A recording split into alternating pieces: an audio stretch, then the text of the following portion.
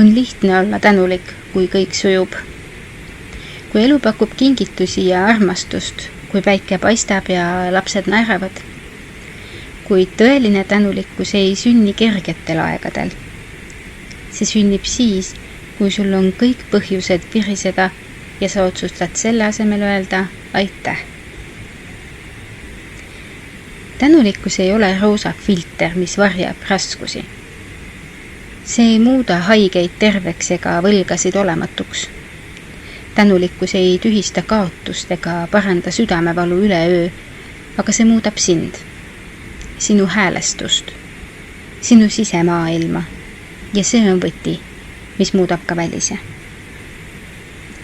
Kui sa ärkad hommikul ja tunned valu või muret, siis on sul alati valik, kas vajuda sellesse või astuda sellest läbi.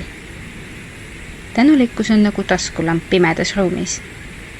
See ei korista segadust ära, aga see näitab sulle, kus sa oled ja annab võimaluse liikuda edasi selgusega.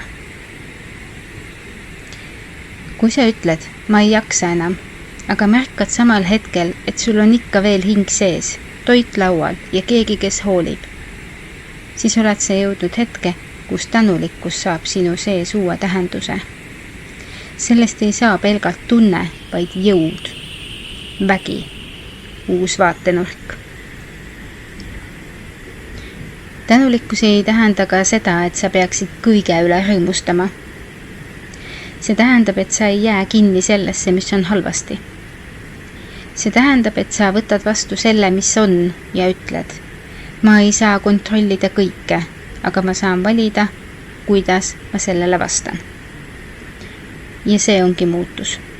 Mitte olukorras, vaid sinus. Ja just see muudatus sinu sees on see, mis hakkab muutma ka olukorda. Kui sa suudad näha lootust ka seal, kus kõik tundub lootusetu, siis hakkab ka maailm sinu ümber nihkuma. Inimesed vastavad sinu olekule. Võimalused tekivad siis, kui sa ei keskendu ainult puudujäägile. Tervenemine saab alata siis, kui sa lepid sellega, mis on, ja samas hoiad südames lootust paremale. Muutused ei sünni ainult tegudes. Need sünnivad esmalt teadlikkuses. Kui sa saad teadlikuks sellest, mille eest sa juba praegu tänulik oled, siis sa ei tunne end enam tühjana.